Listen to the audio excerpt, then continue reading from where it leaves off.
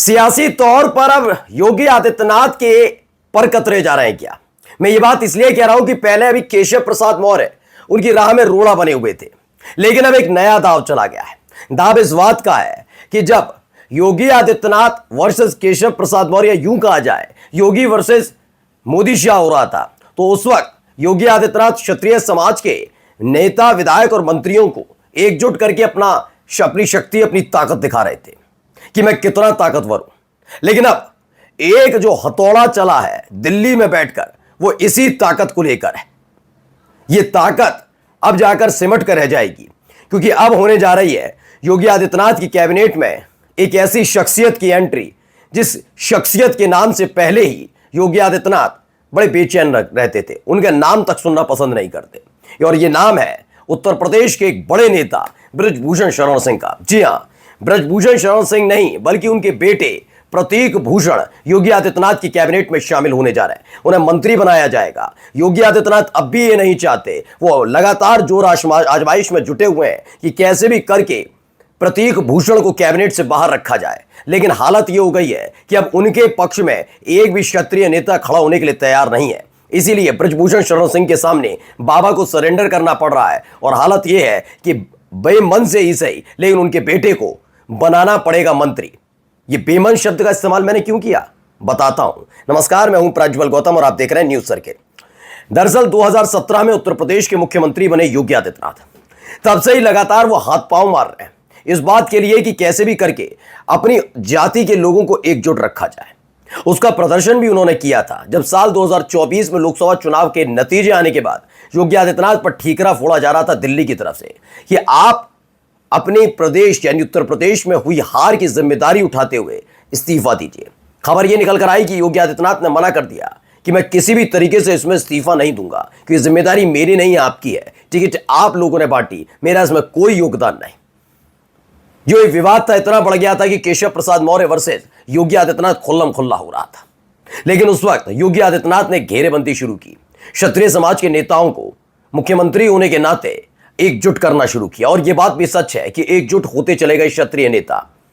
लेकिन इन सब के बीच एक व्यक्ति की एंट्री हुई, वो व्यक्ति जिसको लेकर योगी आदित्यनाथ हमेशा शक्ति का बंटवारा मानते हैं।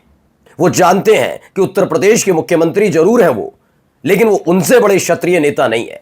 वो व्यक्ति सांसद था तब भी, और आज सांसद नहीं है तो भी क्षत्रिय समाज उनका सिर झुकाकर सम्मान करता है। नाम है बृजभूषण शरण सिंह।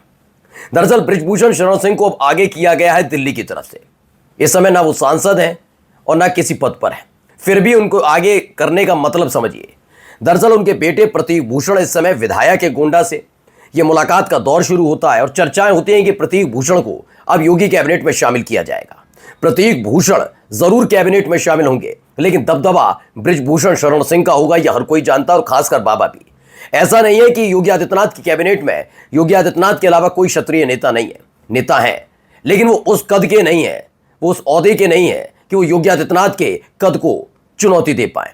लेकिन अगर प्रतीक भूषण की एंट्री योगी की कैबिनेट में होती है तो एक ऐसी शख्सियत योगी की कैबिनेट में आएगी जो योगी आदित्यनाथ से ज्यादा ताकतवर, और उनको जन समर्थन और खासकर क्षत्रियों का समर्थन योगी आदित्यनाथ से ज्यादा मिलता है। बस इसी बात से बेचैन चल रहा है। दरअसल एक मुलाकात की खबर आई, पहले देखिए। बृजभूषण शरण सिंह से सीएम योगी ने मुलाकात की, यह खबर नवभारत टाइम्स की छवि। अब केशव प्रसाद मौर्य से मिलने पहुंचे कौन? प्रतीक भूषण। गोंडा से लखनऊ तक राजनीति कर। दरअसल तस्वीर तो एक निकल कर आई, यही तस्वीर सबके सामने नजर आ रही थी। तस्वीर क्या थी देखिए। बृजभूषण शरण सिंह, ये प्रतीक भूषण और केशव प्रसाद मौर्य, ये दोनों साथ नजर आते हैं। और प्रतीक भूषण इस दौरान बृजभूषण शरण सिंह के जो बेटे हैं वो मुलाकात करने केशव प्रसाद मौर्य से पहुंचते हैं। इस तस्वीर को तो सार्वजनिक किया जाता है, लेकिन एक तस्वीर जो सार्वजनिक की जानी चाहिए थी वो सार्वजनिक नहीं की जाती। ये तस्वीर है योगी आदित्यनाथ और बृजभूषण शरण सिंह की। जी हाँ, बृजभूषण शरण सिंह योगी आदित्यनाथ से मुलाकात करने पहुंचे, और ये कोई हवाई ये सूत्रों के हवाले से खबर नहीं है, बल्कि ये हकीकत बात है। वो बात अलग है, इसकी तस्वीर किसी के सामने नहीं आई। दरअसल योगी आदित्यनाथ का जो सोशल मीडिया है वो लगातार एक के बाद एक तस्वीरें साझा करते हैं कि योगी आदित्यनाथ से मिलने ये वाले नेताजी आए, ये विधायक आए, ये मंत्री आए, ये जिलाध्यक्ष आए, इस निगम के सदस्य आए या फिर अध्यक्ष आए, तमाम चीजें उनके उस पर मिल जाती हैं। लेकिन सबको लगा था कि ब्रजभूषण शरण सिंह की और योगी आदित्यनाथ की एक साथ तस्वीर आएगी जरूर।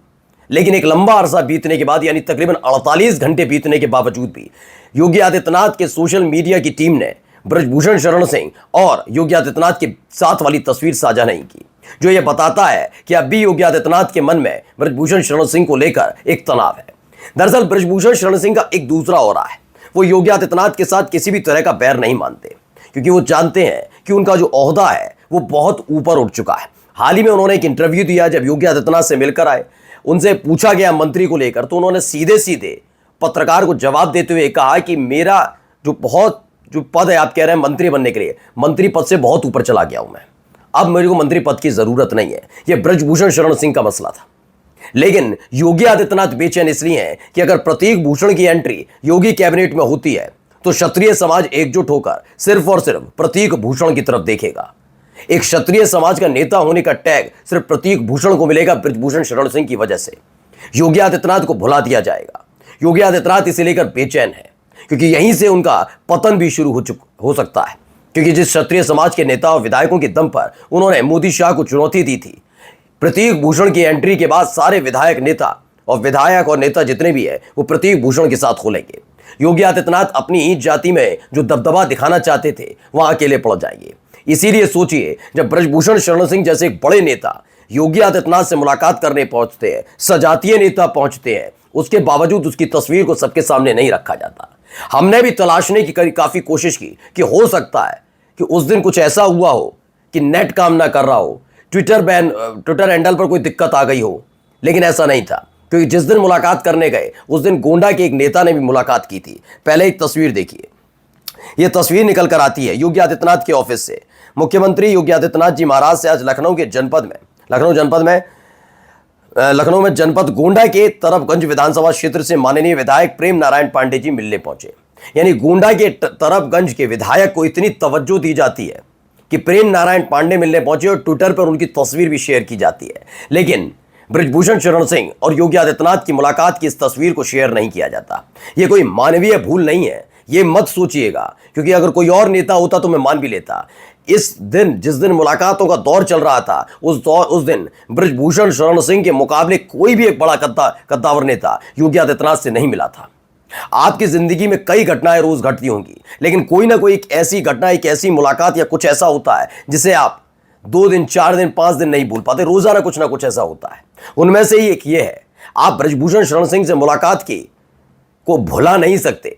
ऐसे में योगी आदित्यनाथ ने और उनकी टीम ने इसे भुलाया नहीं, बल्कि जानबूझकर उस तस्वीर को पोस्ट नहीं किया, जो यह बताता है कि ब्रजभूषण शरण सिंह की अब पर्दे के पीछे रहकर जो एंट्री योगी कैबिनेट में होने जा रही है, उसमें योगी आदित्यनाथ का खासा नुकसान है। योगी मजबूर नजर आ रहे हैं। योगी न चाहते हुए भी उनके बेटे को कैबिनेट में शामिल करेंगे, और जैसे ही ये कैबिनेट में शामिल होंगे योगी आदित्यनाथ कमजोर, बेहद कमजोर हो जाएंगे। नमस्कार।